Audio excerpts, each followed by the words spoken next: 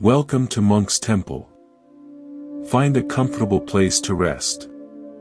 Let the weight of your day settle, like leaves drifting to the forest floor. There is nowhere you need to be right now, nothing you need to achieve. Simply allow yourself to be here. For centuries, the wisdom born from the Buddha's awakening has served as a gentle guide for the restless heart. It does not ask you to fight your mind, to conquer your thoughts, or to become someone else. Instead, it invites you to understand, to see clearly, to remember a peace that resides beneath the surface of every worry, every fear, every rushing thought. Tonight, we will explore this ancient path together, through stories and reflections, returning always to the quiet awareness that is your true home. Let us begin with a story, an original tale from the annals of quiet teaching. In a valley between two great mountains, there was a master known for her ability to restore broken pottery.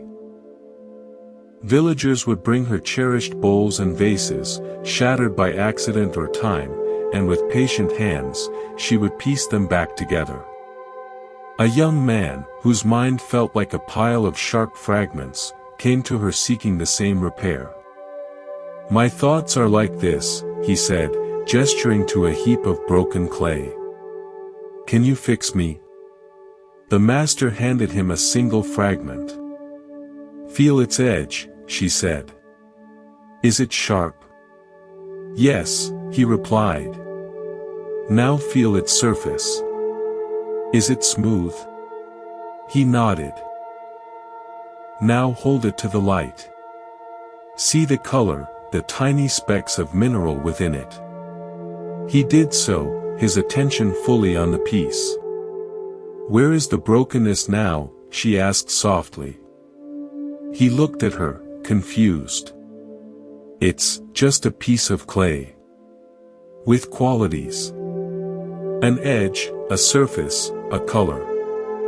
The master smiled. "You came to me seeing only broken. But when you paid attention, you found characteristics. Hardness. Smoothness. Earthy red." The thought, broken, was just one idea laid on top of the reality. Your anxious thoughts are like that. You see only the broken story they tell. But if you pick one up and examine it with this kind of attention, not as a truth, but as an object of awareness, you will find it, too, is just a collection of sensations, images, and sounds passing through the mind. It has no power except the attention you give it. The young man stayed and learned the art of kintsugi, mending pottery with gold, understanding that the cracks were not flaws to be hidden, but history to be honored with light.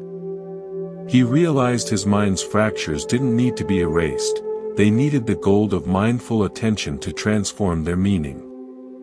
If this perspective feels like a gentle shift, consider subscribing to Monk's Temple. Your support allows this sanctuary of words to continue, offering rest and clarity whenever you need to return. Now, let's continue. The Buddha taught that our suffering is born from a fundamental misperception. We believe our thoughts and feelings to be solid, permanent, and defining. We think, "I am anxious," as if anxiety is the very substance of our being. But Buddhism offers a liberating reframe: you have thoughts, you experience anxiety, but these are not who you are. They are conditioned phenomena, arising and passing due to causes, like weather in the sky of your awareness. This is the core of the teaching on anatta, or not self. There is no permanent, unchanging you lurking behind the eyes that can be damaged by a thought. There is only the ever-changing flow of experience. Seeing this is not a loss, but the greatest relief. You are not a fragile statue. You are the wide-open space in which the statue appears and disappears. I remember a time when this felt like an intellectual concept, utterly distant from my lived reality of panic. It was during a long, silent retreat. For days, my mind was a torrent of planning and fear. I felt imprisoned by me. Then, during a walking meditation, a simple instruction broke the spell: feel the air on your skin. In that moment, I was not the worried retreater.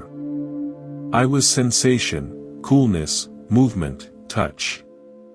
The me story paused, and there was just experiencing. It was a tiny glimpse, but it revealed the door. The door is always sensory: the breath, the sound, the feeling.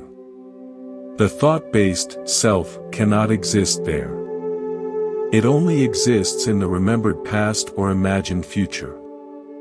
This leads us to our first principle of peace: anchoring in sensory presence. Anxiety is a time traveler. It lives in the what if of tomorrow and the if only of yesterday. Its home is not the present moment, because the present moment, when met directly, is almost always workable. The Buddha's teaching on sati, mindfulness, is the practice of pulling our awareness out of time travel and into the felt reality of the body and senses. When walking, know you are walking. When feeling anxious, know the physical sensations of anxiety, the tightness, the heat, the vibration, without the story about what it means. This is not avoiding the problem. It is changing the channel from the frightening movie in your mind to the actual, immediate experience of being alive. Let me share another story to illustrate this anchor. There was a famous lighthouse keeper on a stormy coast, renowned for his unwavering calm. Ships relied on his light. Novice keepers would come to train with him, only to be overwhelmed by the howling gales and crashing waves. They would ask, "How can you be so peaceful in this chaos?" He never answered directly.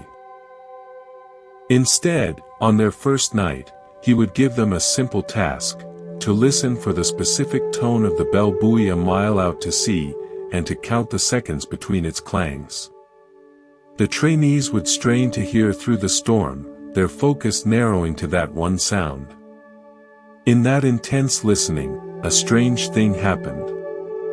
The storm didn't disappear, but it moved to the periphery. Their world became the rhythm of the bell. Their hearts would slow. They would find, to their amazement, that the peace was not in the absence of the storm, but in the quality of their attention within it. The lighthouse keeper's secret was not a stoic resistance to the weather, but his profound ability to anchor his attention on his task: the maintenance of the lens, the tracking of ships, the sound of the buoy. His presence was his lighthouse. Your breath is your bell buoy. The feeling of your body on the chair is your lighthouse lens. When the storm of anxiety rises, you are not asked to stop the wind. You are invited to find your anchor and tend to it. This is the practice. In this very moment, feel your inhale, and your exhale. Nothing more.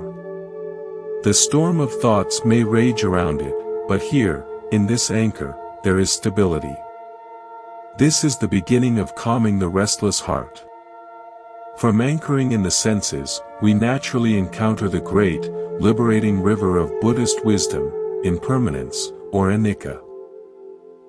The Buddha observed with unwavering clarity that all things that arise, pass away. Everything is in a state of flux. Your body, your relationships, your thoughts, your feelings, all are processes, not permanent things. We suffer because we rebel against this truth. We clutch at pleasure, push away pain, and live in terror of loss, all while trying to freeze a universe that is fundamentally fluid. Understanding anicca is not a morbid focus on death, it is the key to living fully and freely. It means the joy you feel will not last, so savor it completely. It means the pain you feel will not last, so you can bear it with patience. And crucially, it means the anxiety that grips you is also impermanent. It arose from causes and conditions, and it will pass when those conditions change. It is not your eternal state. I will tell you a story, not of mustard seeds, but of a sand artist named Kalen. He worked on the vast, flat beaches at low tide, creating intricate, breathtaking mandalas from colored sand, crushed shells, and petals. Crowds would gather to watch his temporary masterpieces emerge. Once finished, he would sit in silent admiration with the onlookers. And then, as the tide turned, he would watch without resistance as the first gentle waves lapped at the edges of his work, slowly dissolving the pattern, carrying it back into the sea. A wealthy merchant, who prized possession above all else, was aghast. "Why do you destroy such beauty?" he cried. "I would pay you a fortune to preserve this on my floor." Kalen smiled, sifting sand through his fingers. "Sir, if I preserved it, I could not make the next one. The beauty is in the making, and in the releasing. The tide's return is not destruction, it is completion. It clears the canvas for the next dawn's inspiration. If I clung to yesterday's design, I would be a prisoner to it, blind to today's possibility."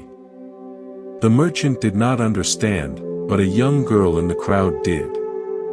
She had been holding tightly to a grief, afraid that letting it go would mean she never loved at all. Watching the sand return to the ocean, she felt something in her chest loosen. Her grief was not a statue to be kept in a dark room. It was a pattern in the sand of her heart, beautiful in its time, and now ready to be gently released, making space for a new pattern to form. This is the freedom of Anika. Your anxiety is a pattern in the sand. It feels solid, permanent, defining the entire landscape of your life. But the tide of time and awareness is always moving. You cannot stop it. You can either exhaust yourself building walls against it, or you can learn the art of creating and releasing with grace. The pattern is not you. The sand is not you. You are the awareness that witnesses both the beautiful design and its gentle dissolution. This understanding flows directly into the practice of letting go, or non-attachment, nekhama. This is the most misunderstood of the Buddha's teachings. It does not mean you should not love, care, or engage passionately with life. It means you love without chains. You care without clutching outcomes. You engage without demanding that life conform to your personal script. Attachment is the mental glue that says, for me to be happy, this specific thing must happen, or this other thing must not change. Letting go is the solvent of wisdom that dissolves that glue. Imagine a musician who loves her violin more than the music. She polishes it, displays it, fears it being scratched or stolen. She rarely plays it, for fear of wearing it out. The instrument becomes a source of anxiety, a burden. Another musician loves the music. Her violin is the tool through which the music flows. She plays it passionately, wears its finish thin with use, and if it were lost, she would grieve, then find another instrument, for the music must still be played. The first is attached to the object. The second is dedicated to the process. Her joy is in the playing, not the possession. The Buddha's path encourages the second kind of relationship with everything in our lives. Our roles, our achievements, even our own self-concept. Hold it all lightly, like the musician holds her bow, with skill and intention, but without a desperate, fearful grip. I recall a lesson from a sailing trip. I was clinging white-knuckled to the tiller, fighting against the wind and current, trying to force the boat onto my plotted course. I grew exhausted, frustrated, and seasick. The old captain simply said, "You can't control the wind. You can only adjust the sails." He showed me how to trim the sails to harness the wind's power, how to use the current, not fight it. When I loosened my grip and began to work with the conditions, the boat moved faster, more gracefully, and the journey became a joy. My anxiety had been born from my attachment to a specific, rigid outcome. Peace was born from skillful engagement with the actual, changing conditions. Letting go wasn't giving up, it was switching from futile control to wise responsiveness. The heart clings because it believes clinging brings security. Buddhism gently reveals that true security is found in adaptability, in the fluid strength that comes from understanding anicca. You are not a rock in the river, being worn away. You are the water itself, learning to flow. Now, let us introduce a new story about the archive of regrets. In an ancient city, there was a vast, underground archive where people could deposit their regrets. They would write them on scrolls and place them in numbered niches in the catacombs. The rule was simple: once deposited, you could visit your scroll to read it, but you could never take it out. Over generations, the archive filled. Some people visited their niche daily, reading the same regret over and over, memorizing it, their lives becoming a monument to that one scroll. Others visited once, placed it, and never returned. A young archivist noticed that the ones who never returned seemed lighter, freer. Curious, she tracked down an elderly woman known to have deposited a great regret decades prior but who now radiated joy. "How did you leave it behind?" the archivist asked. The old woman said, "I didn't leave it behind. I gave it a home. I visited it honestly, felt its weight, wept over its ink. But I visited it as a historian visits an artifact, to understand the past, not to live in it. My scroll is a record of who I was, not who I am. I come from the sunlight now. The archive is for keeping records safe, not for living in." The archivist understood. The practice wasn't about erasing the past, but about filing it accurately, in the past. We keep rereading our mental scrolls of regret and worry, living in the archive. Letting go is walking up the stairs into the sunlight of the present moment, trusting the record is safe below, but not mistaking it for your current address. Each time you notice yourself dwelling on a past mistake or a future fear, you can gently say, "That is in the archive." And then feel your feet on the ground of now. Hear a sound.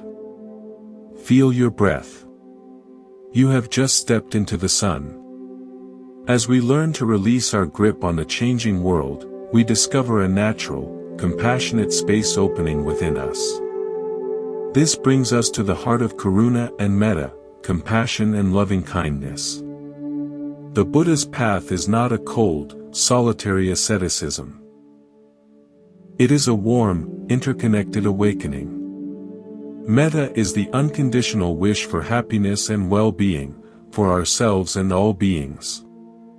Karuna is the quivering of the heart in response to suffering, and the active wish to alleviate it. Anxiety often traps us in a painful bubble of self-concern. Compassion pops that bubble by connecting our personal ache to the universal human experience of suffering. You realize you are not alone in your fear. You are part of a vast family of beings who also tremble, who also hope, who also wish to be free from pain. I will share a story about two springs. On a parched mountainside, there were two small springs. One, called self-care, was walled off by a neat stone circle. A single, anxious traveler guarded it, sipping from it constantly, worried it would run dry. The water, though safe, tasted stale from lack of flow. The other, called compassion, had no wall. It simply bubbled up and trickled away down the hillside. Animals came to drink from it. Weary travelers rested there. Children played in its runoff. The spring was always fresh, always clear, and mysteriously, it never ran dry. The anxious traveler from the first spring once stumbled over to Compassion Spring, desperate. He saw its generosity and scoffed. "You are foolish. You give yourself away. You will be depleted." The spring, of course, did not answer. But an old woman resting there did. "The wall around your spring," she said, "doesn't preserve the water. It isolates it. Water is meant to move, to give life, to connect. In the giving, it is renewed by the very earth it feeds. Your fear of running dry is what is poisoning your well." Stunned, the traveler returned to his walled spring. After a long struggle with his fear, he took down one stone. Then another. He let the water find its way to a single, thirsty plant. The next day, the water level seemed higher. And it tasted sweeter. He took down more stones. Our hearts are like these springs. Anxiety builds walls, hoarding our emotional energy in a stagnant pool of worry. Compassion takes down the walls, allowing our care to flow outward. In that flow, we are connected, refreshed, and we discover our own capacity is greater than we feared.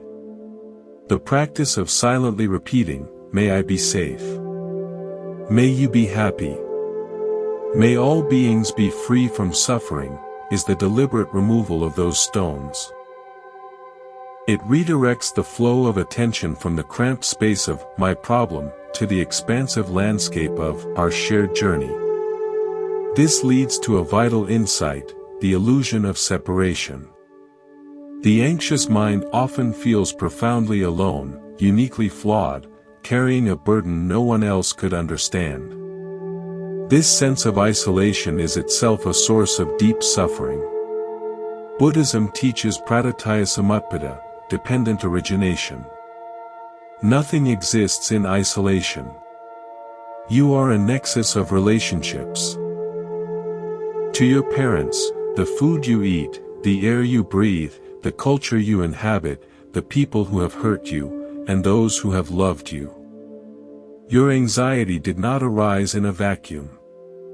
It emerged from a vast, interconnected web of causes. Seeing this doesn't assign blame, it provides context. You are not a solitary sinner in a private hell. You are a human being, responding to life within a vast, flowing network of conditions. This understanding is the foundation for true compassion, for yourself and others. Let me tell you a personal anecdote. During a period of intense social anxiety, I avoided gatherings, convinced my awkwardness was a glaring, personal defect. One day, stuck at a crowded event, I panicked. On the verge of fleeing, I remembered a teaching on interconnectedness. As an experiment, I shifted my focus from monitoring my own discomfort to quietly observing others. I saw a man adjust his tie 3 times. A woman laughing a little too loudly. A teenager staring at his shoes. I saw not perfect confidence, but a room full of human beings, each with their own vulnerability, each trying to navigate the moment. My defect suddenly seemed less like a monstrous singularity and more like a variation on a universal theme of human unease. The sense of crushing isolation evaporated. I was, for better or worse, in this together with everyone else. The anxiety didn't vanish, but it was no longer a prison. It was a shared human weather inside a much larger, common sky. Now, For another story, the weaver of light and shadow. In a village famed for its tapestries, there was a weaver who only used threads of brilliant gold and white. His tapestries were stunning but felt flat, unreal, and strangely joyless. He rejected any dark or colored thread, fearing it would ruin his perfect vision. In the same village, an elderly blind woman wove. She used every thread given to her, deep blues, rusty reds, forest greens, and yes, blacks and grays. She wove by feel, not by a preset plan. People would bring her their old, worn-out clothes, and she would unravel them, using the threads in her work. Her tapestries were not perfectly orderly, but those who looked at them felt a deep, mysterious resonance. They saw stories of day and night, of joy and sorrow, of growth and decay. They felt whole. The young weaver, in his frustration, went to her. "How do you create such feeling without even seeing?" he asked. The blind woman smiled, her hands never stopping. "You try to weave only light, so you must constantly fight the shadows. But shadows are not the enemy of light, they are what give light its shape and depth. I welcome all threads. The dark blue of an old winter coat holds the memory of warmth. The gray of a worn sail holds the story of the wind. When I let the threads be what they are and allow them to find their place together, the tapestry weaves itself into truth." The young weaver understood. He had been trying to create a life, a tapestry, free from the dark threads of anxiety, fear, and doubt. In doing so, he was at war with half of his own experience. His anxiety wasn't a flaw to be removed, it was a colored thread in the larger design of his humanity. When he began to include it with curiosity instead of rejection, his inner conflict eased. His life's tapestry began to have depth, meaning, and a true, resilient beauty. Your anxiety is not a mistake in the weaving. It is a thread. Its presence doesn't ruin the design, it contributes to its depth and truth. Compassion is the skill of the weaver who learns to include all threads, to see the necessary place of contrast in the creation of a whole and meaningful life. When we stop fighting the threads of our experience and instead meet them with compassionate awareness, we uncover a fundamental quality of mind that the Zen tradition points to with great clarity. Beginner's mind, or Shoshin. The anxious mind is an expert mind. It thinks it knows how the story ends. It has seen this pattern before, the worry, the panic, the outcome. It predicts, anticipates, and projects based on old, often painful, data. It sees the present moment through the dusty lens of the past. Beginner's mind is the willingness to meet each moment fresh, as if for the very first time, without the baggage of what we think we already know. It is the open, curious, and non-judgmental awareness that a child brings to a new discovery. The Buddha's own awakening was not the culmination of accumulated knowledge, but a profound, direct seeing into the nature of reality, a seeing that required him to let go of all previous assumptions and views. I will share a story about a master botanist and a young child walking through the same meadow. The botanist walked briskly, identifying each species: Achillea millefolium, yarrow; Trifolium pretense, red clover. His mind was a catalogue, a map of known quantities. He saw the meadow as a collection of classified objects.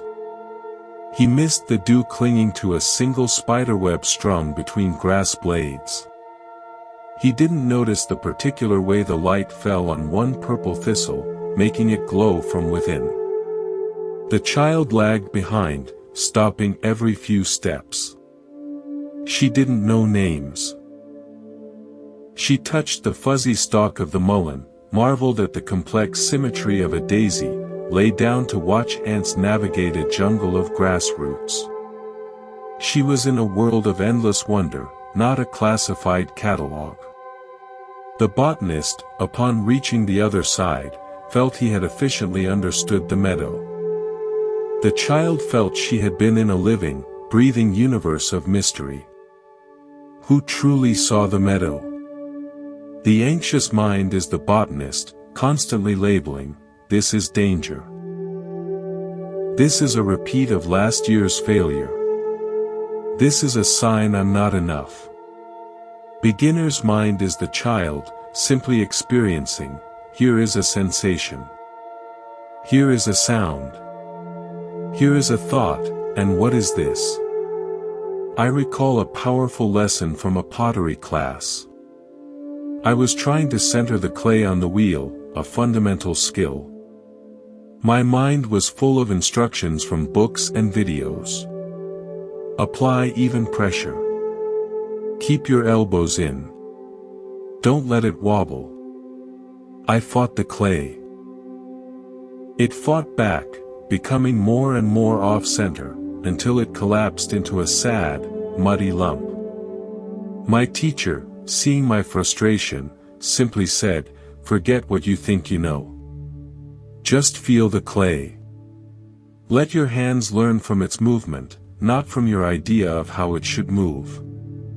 I took a new lump, closed my eyes, and placed my hands on the spinning mound. Without my mental commentary, my hands began to listen. They felt the subtle vibrations of imbalance and made tiny adjustments. The clay softened, yielded, and rose into a perfect, centered column. It was a direct, wordless conversation. My expertise, my thinking mind, had been the obstacle. Beginner's mind, the mind of direct feeling, was the solution. This is the practice when anxiety arises. Can you meet it with beginner's mind?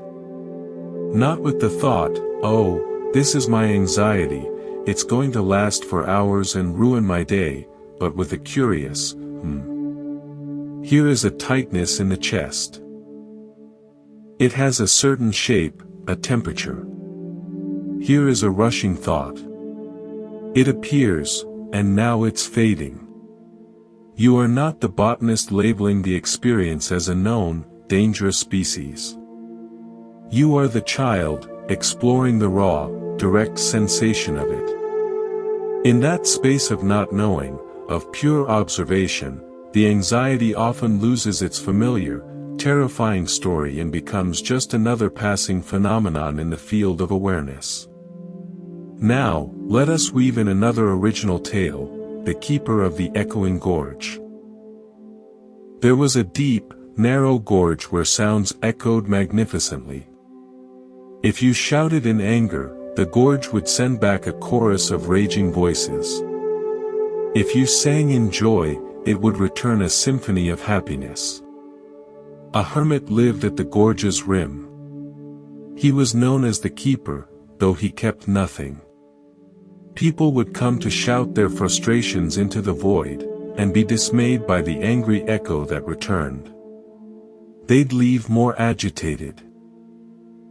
One day, a traveler, heart full of sorrow, came and let out a wail of grief. The gorge wailed back, amplifying her pain. She sank to her knees. The keeper approached and sat beside her, silent. After a long while, as her sobs subsided, he whispered, "Listen now." The only sound was the wind. He whispered again, this time a gentle, wordless hum. The gorge returned a soft, soothing harmony. The traveler looked at him, puzzled. The gorge does not judge, the keeper said. It does not create. It only returns what is given. Your mind is such a gorge. What you shout into it, your thoughts, your judgments, your fears, is what echoes back, shaping your entire experience. If you whisper, catastrophe, your mind world becomes a cacophony of disaster. But if you can find the silence between shouts, and then offer a gentler sound, a breath, a word of kindness, that, too, will echo and build. The traveler understood. Her anxiety was not the gorge itself. It was the terrified shout she kept repeating into her own mind. The echo felt like an external reality, but it originated with her own internal cry. The practice was not to silence the gorge, an impossible task, but to change what she offered into it.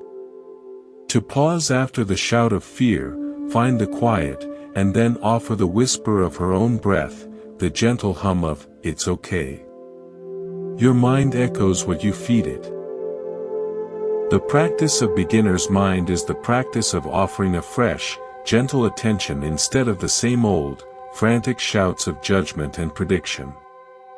In that fresh attention, the echo begins to change. From this place of open, non-judgmental awareness, we can more clearly see the next core principle, the middle way, or Majjhima Padapada. The Buddha discovered awakening not through indulgence in sensual pleasures nor through extreme asceticism, but through a path of balance between extremes. Anxiety often forces us into extremes of thinking, all or nothing, perfect or failure, always or never. The middle way is the wisdom of finding the balanced, nuanced response. It's the understanding that you can be afraid and brave. You can have a thought and not believe it. You can care deeply and not be consumed by the outcome. The Buddha's middle way is not a path of bland compromise, but one of profound intelligence and equilibrium. It avoids the extreme of sensual greed, which leads to craving and addiction, and the extreme of self-mortification, which leads to hatred of the body and exhaustion. Instead, it cultivates a balanced engagement with life. For the anxious mind, this means avoiding two traps, the trap of complete avoidance, running from all discomfort, and the trap of complete fusion, drowning in every feeling. The middle path is the mindful, gentle space in between, where we can feel anxiety without being defined by it, where we can take action without being driven by panic. I will tell you a story about a bridge builder. In a rugged land split by a powerful, wild river, there were two villages. The people on the north bank were hardy and severe. They believed the river was a test of purity. To cross it, you had to swim through the icy, dangerous current. Many drowned, and they called this sacrifice noble. The people on the south bank were pleasure-loving and fearful. They believed the river was a terrible monster. They never approached its banks, living in constrained poverty on their side, terrified of the water. A traveler, a bridge builder, came to the land. The North Bank villagers scorned him, "A bridge is for the weak. True strength is in the struggle." The South Bank villagers feared him, "A bridge will anger the river monster. Stay away." The bridge builder listened to both, but was not swayed by either extreme. He understood the river's power, but also saw its natural course. It was not a monster, nor was it a moral test. It was simply a river, a fact of the landscape. With great patience and skill, he built a strong, flexible bridge right in the middle of the two ideologies. It didn't deny the river's existence, nor did it demand a life-threatening struggle. It provided a balanced way across. At first, only a few from each side dared to use it. But as they crossed safely, meeting neighbors they'd never known, trading goods and ideas, both villages began to flourish in ways they never had in their isolation or their struggle. The bridge was the middle way. Your anxiety is that wild river. One part of you may adopt the North Bank approach: I must fight this. I must conquer this feeling through sheer will. This leads to exhaustion and despair. Another part may adopt the South Bank approach: this is too terrifying. I must avoid everything that triggers it. This leads to a shrunken, isolated life. The bridge of mindful awareness allows you to acknowledge the river's presence, the anxiety, without having to fight it or flee from it. It allows you to move forward with the anxiety, safely held in the balanced structure of your observing awareness. This balanced approach directly counters the all-or-nothing thinking that fuels anxiety. If I'm not perfectly calm, I've failed. If this presentation isn't flawless, my career is over. If they don't like me, I am unlovable. These are the shouts from the two opposing banks. The middle way whispers: you can be nervous and give a good talk. You can make a mistake and your career can continue. You can be rejected and still be worthy of love. It introduces the word "and," which holds space for complexity, instead of "or," which forces a harsh dichotomy. Let me share a personal moment of discovering this balance. For years, I approached meditation with a North Bank severity. If my mind wandered, I was failing. I would grit my teeth and force my attention back, turning a practice of peace into one of frustration. Then, I shifted to a South Bank avoidance: this is too hard, I just won't do it. Neither brought peace. Only when a teacher suggested I try not too tight, not too loose, did I find the bridge. I could gently guide my attention back to the breath without self-scolding when it wandered. I could be both the one who got distracted and the one who kindly returned.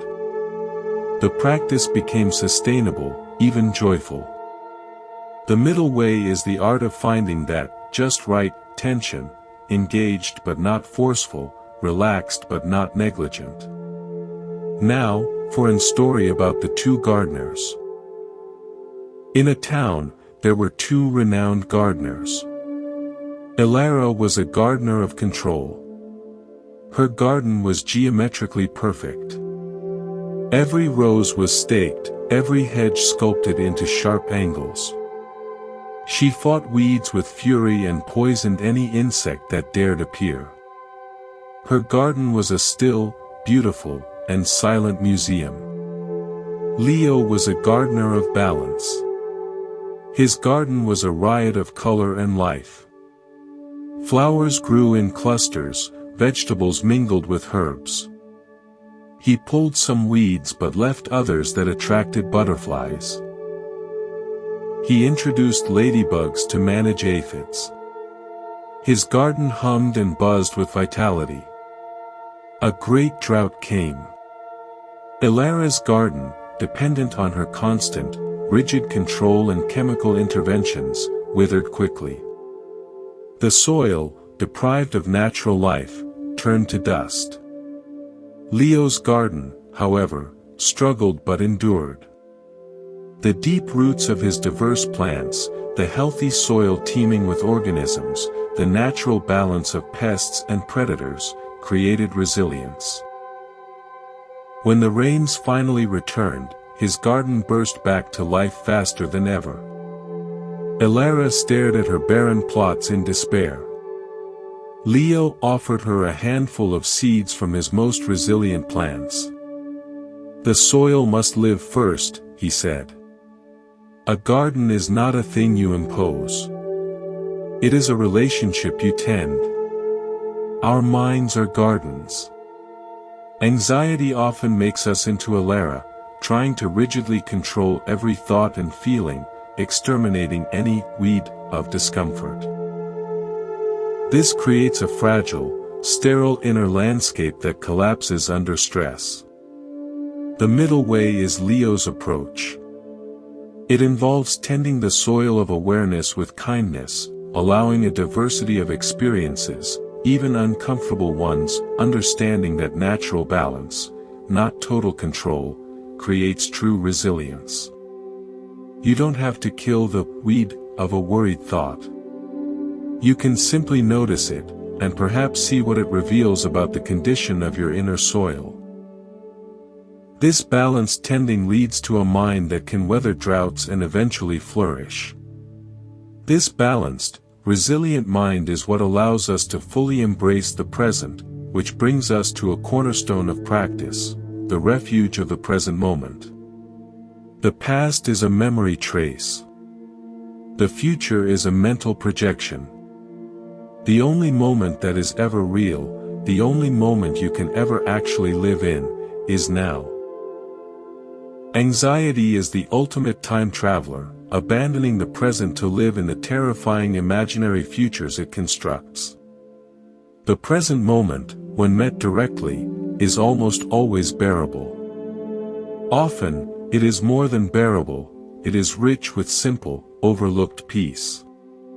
The Buddha's teaching on mindfulness is, at its core, an invitation to cease your time travel and come home. Consider this, right now, as you hear these words, are you in immediate, physical danger? Is your body under attack? In almost all cases, the answer is no.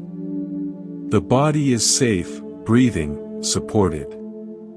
The alarm you feel is a mental alarm about a thought of danger, not an actual, present moment threat.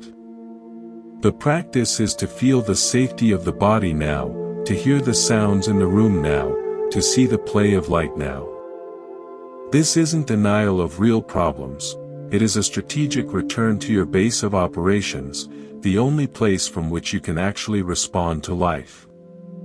You cannot solve a future problem in the future. You can only ever take action in the now. So, anxiety that pulls you out of the now is not only painful, it is counterproductive. It robs you of the very presence you need to navigate your life. Coming home to the present moment requires a specific kind of effort, not the effort of fighting, but the effort of gentle persistence. The Buddha often compared the practice to tuning a lute. If the strings are too tight, they snap.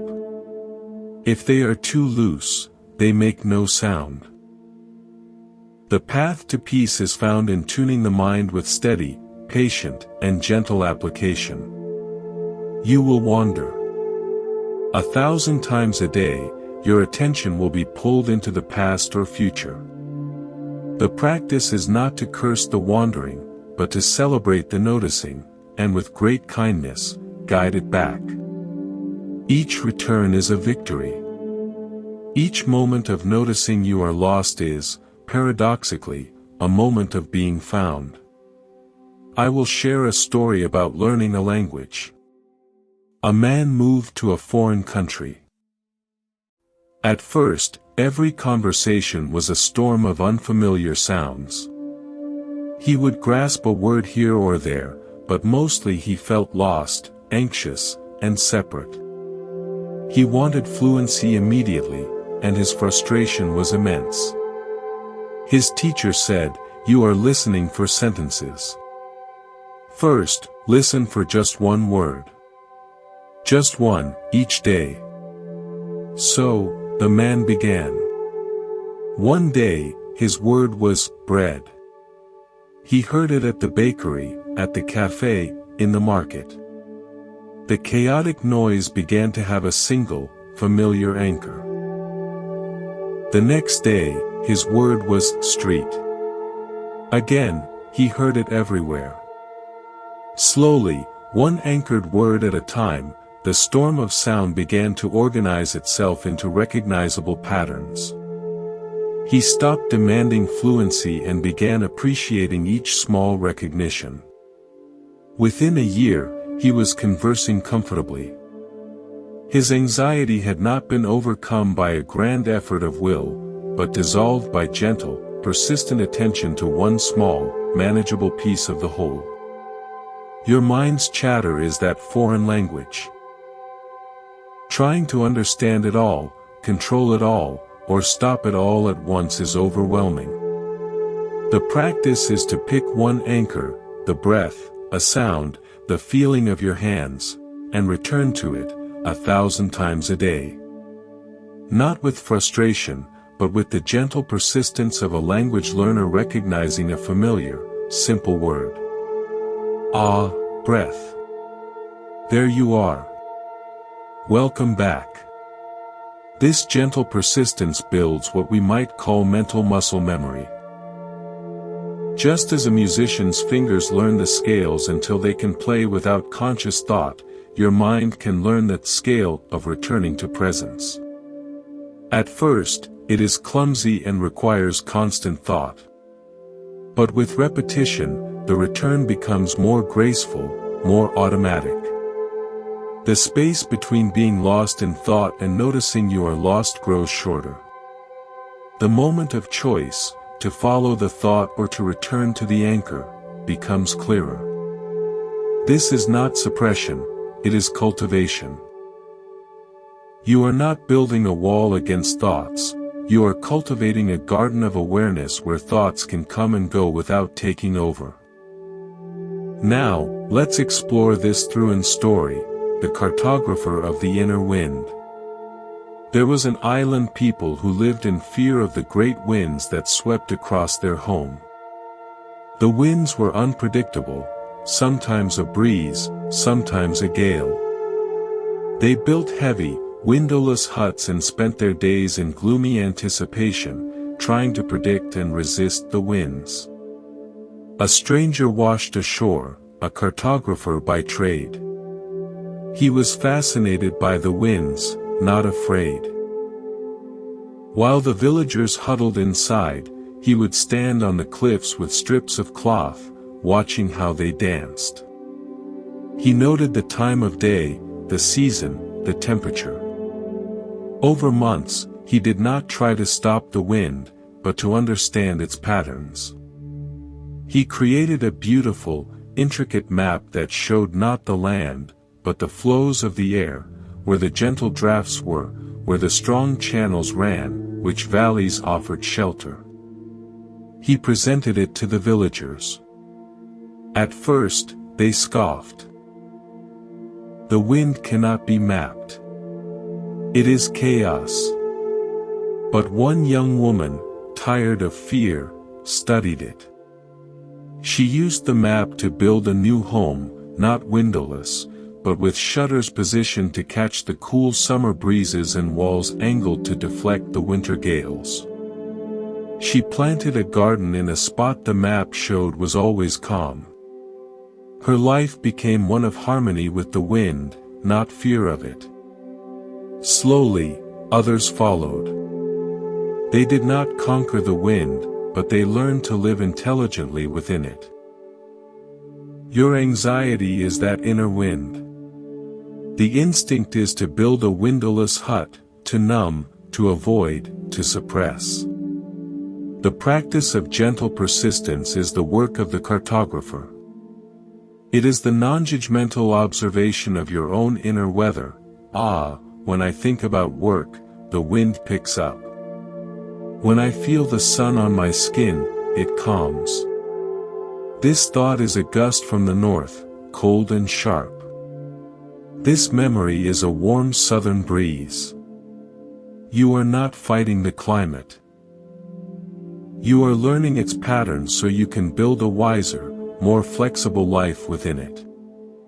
Each mindful return to the breath is another data point on your map. This mapping leads to a decrease in what we call secondary suffering. The Buddha made a critical distinction between the inevitable pains of life, sickness, aging, loss, the initial ouch of a stubbed toe or a hurt feeling, and the suffering we add on top of it through our resistance, our stories, our why me. The first is pain. The second is suffering. Anxiety is often almost entirely secondary suffering. A slight uncertainty arises, the pain. Then the mind constructs a catastrophic future, blames you for it, and replays it on a loop, the suffering. Gentle persistence in present moment awareness attacks secondary suffering at its root. It sees the initial ouch and says, "This is a sensation," without immediately launching the full horror movie production. It's the difference between feeling a knot of tension in your stomach and believing, "This knot means I am going to fail and be humiliated and everyone will abandon me." The practice helps you stay with the simple knot, the raw data, which is far more manageable than the epic story. I remember a time of intense insomnia. The primary pain was tiredness.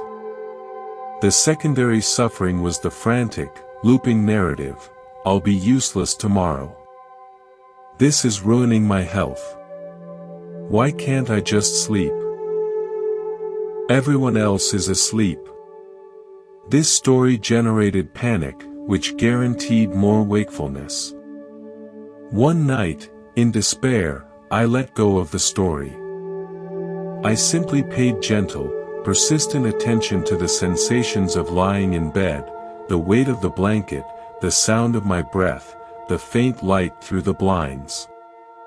I stopped trying to make sleep happen. I just stayed with the what is of the moment. The secondary suffering, the panic, evaporated. The tiredness remained, but it was just tiredness, not a catastrophe. And in that peace, sleep eventually came. The practice wasn't a technique for sleep, it was a ceasefire in the war I was waging against my own experience. From this place of non-war, of gentle mapping, something beautiful can emerge, clarity and wise action.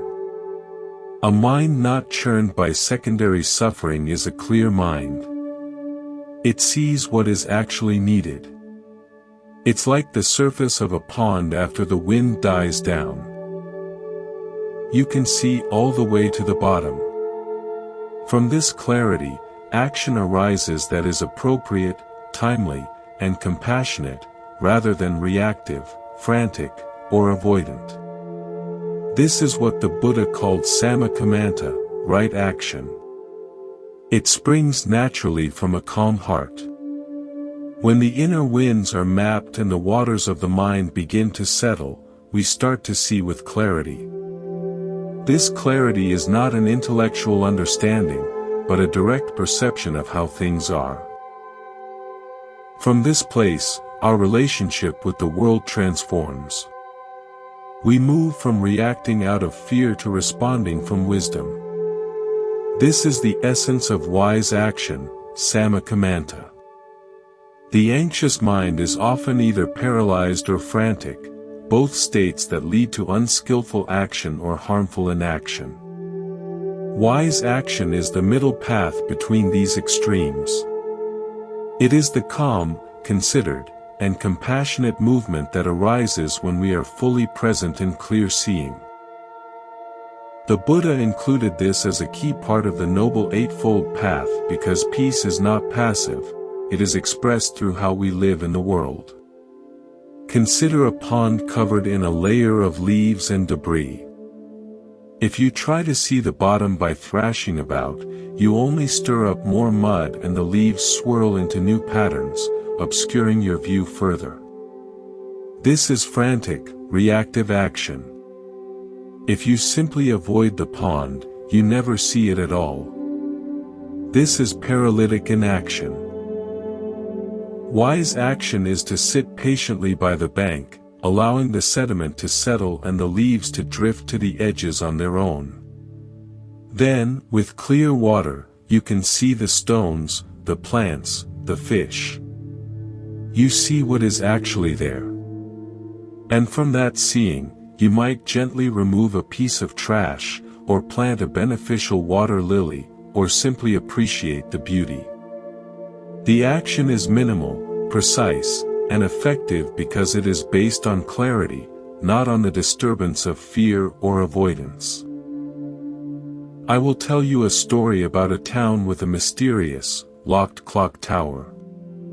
The clock had been broken for generations, its hands stuck at 2:45. The townsfolk had grown used to it. Some, the frantic ones, would periodically gather ladders and tools, trying to fix it through force, often damaging the old mechanism further. Others, the avoidant ones, declared the tower cursed and advocated for walling it up entirely. The town lived in a strange, timeless anxiety, never sure of the hour. A young clockmaker arrived. She did not immediately grab a ladder. She first sat in the square for days, watching how the sunlight hit the clock face at different hours. She listened to the internal gears, when the wind was right, to diagnose the stuck point. She studied the original blueprints in the town archive. Then, with a small, specific set of tools, she climbed the tower. Instead of forcing the main hands, she located a single, small, seized gear deep within the mechanism. She applied a single drop of oil, and with gentle pressure, freed it. With a deep groan that shook the square, the great gears began to turn. The hands moved. The clock began to keep perfect time.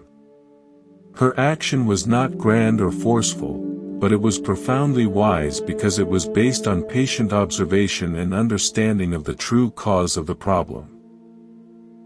Our anxious reactions are often like the townsfolk, trying to force a solution on the surface symptom or wanting to wall away the problem entirely.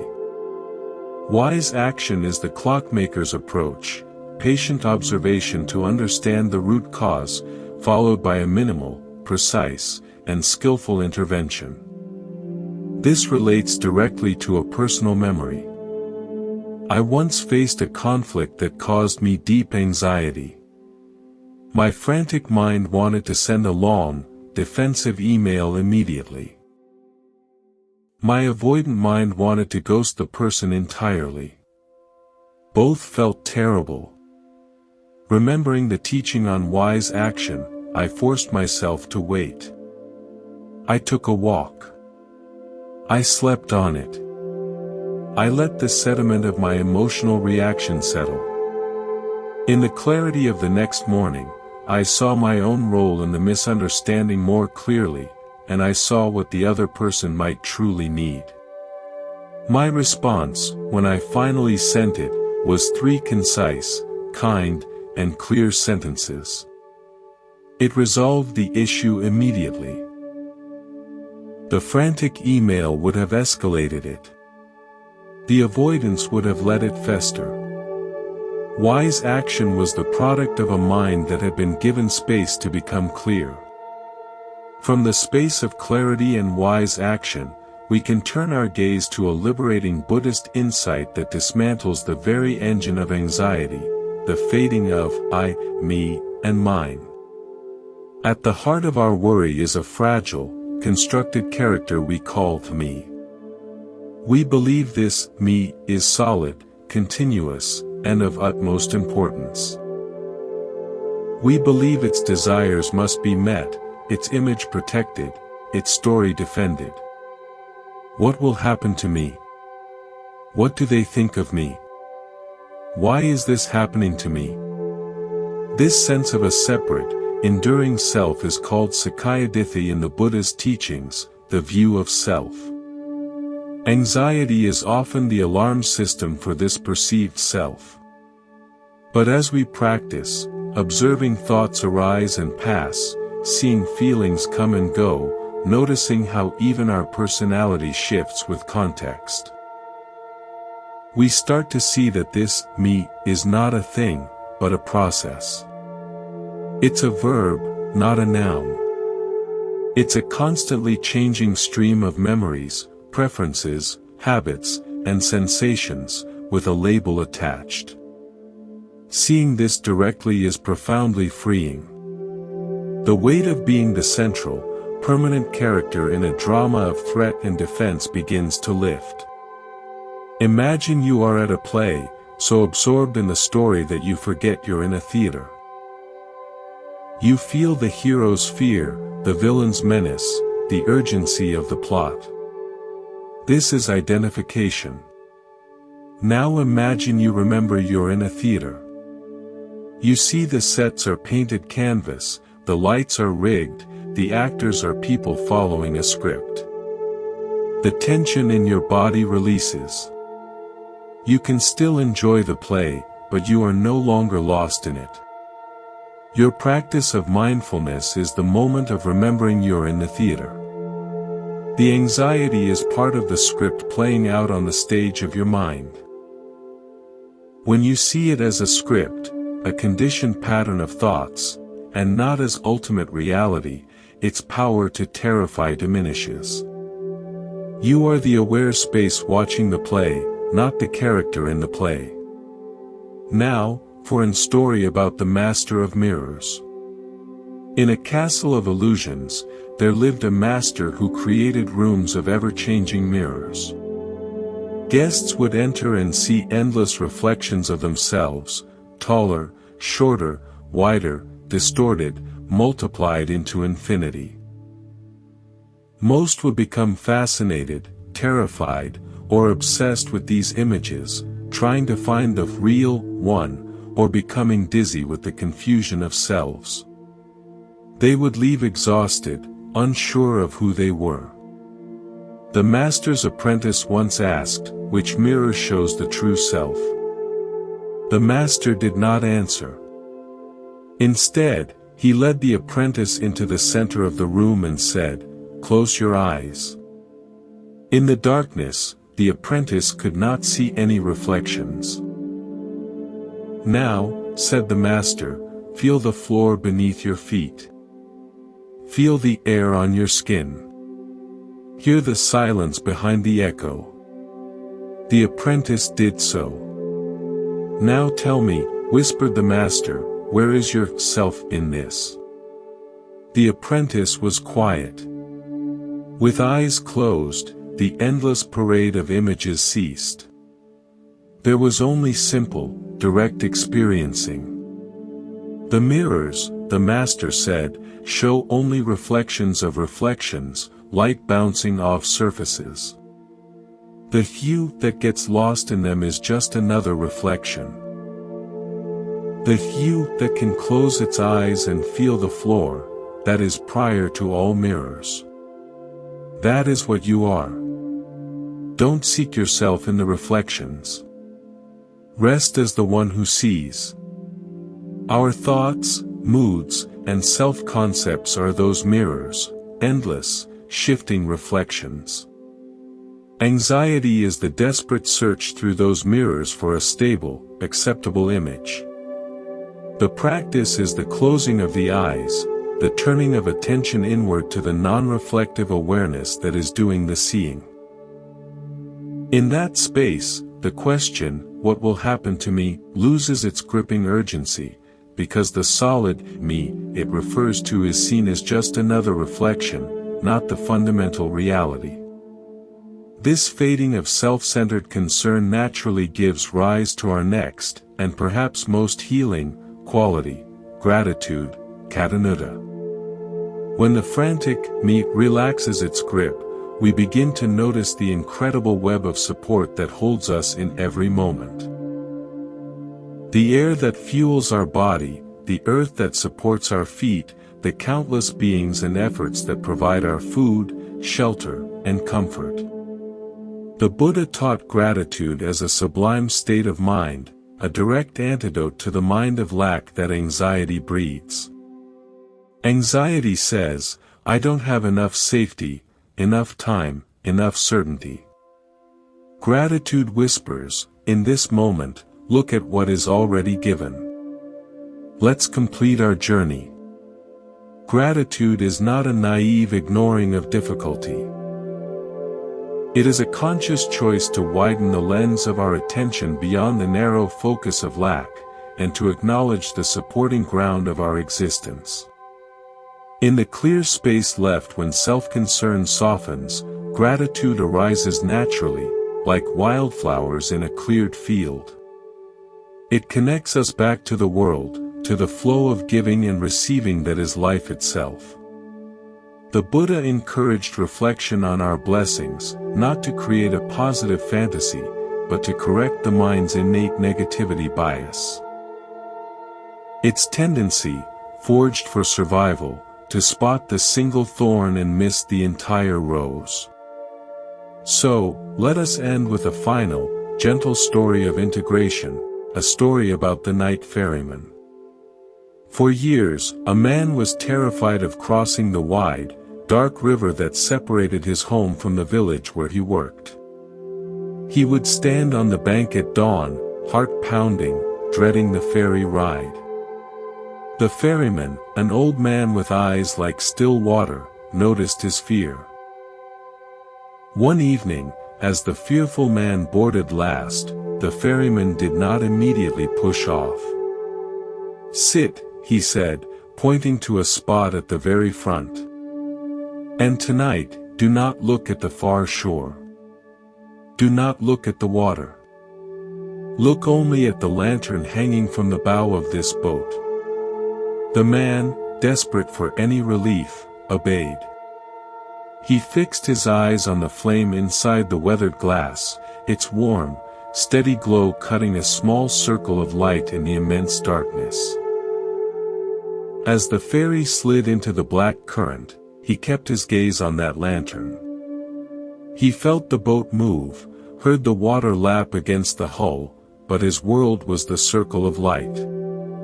He realized he was not thinking of the depth below, or the distance ahead. He was simply here, with the flame, the gentle rocking, the sound of the pole dipping in and out of the water.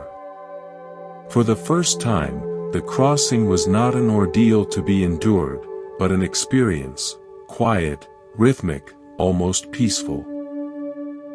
When the boat nudged the far dock, he was startled. The ferryman smiled. "The river is the same," he said. "The darkness is the same. You just found where to place your light. This, perhaps, is the simplest summary of all we've explored. Your awareness is that lantern. Life is the wide, dark river, full of currents you cannot control. Anxiety is the frantic looking into the depths or straining to see the distant, invisible shore. The practice, taught by the Buddha and echoed in every story here, is to gently, persistently, bring your gaze back to the lantern of your own present moment awareness. To the breath. To a sound. To a sensation.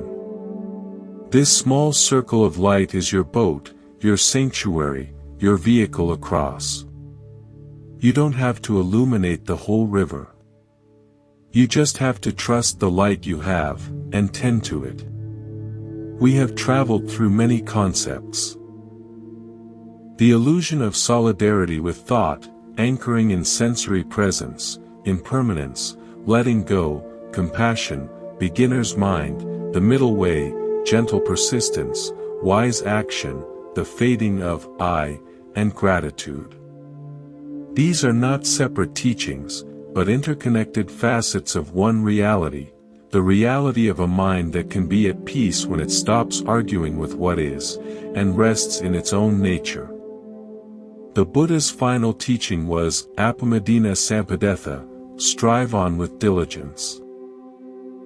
But this diligence is the diligence of the ferryman, not the frantic striving of the passenger. It is the diligence of returning the gaze to the lantern, again and again. It is the diligence of gentle persistence. It is the diligence of remembering what you are, not the passenger lost in fear of the river, but the very awareness that holds the journey. Tonight, as you let these words go, return to your own lantern. Feel the breath, steady and rhythmic as the dip of a ferry pole. Hear the sounds around you, like water against the hull. Feel the support beneath you, the solidness of the boat. In this small circle of present awareness, you are safe. You are crossing. You have always been crossing. The peace you seek is not on the far shore. It is in the quality of your attention during the crossing. It is in the gentle glow of the lantern you tend with each mindful breath. You are both the passenger and the ferryman. And the boat is your own awake heart. Thank you for resting a while in the monk's temple. May you carry this gentle light with you. May you be peaceful. May you be free from suffering. Strive on, with gentleness. Good night.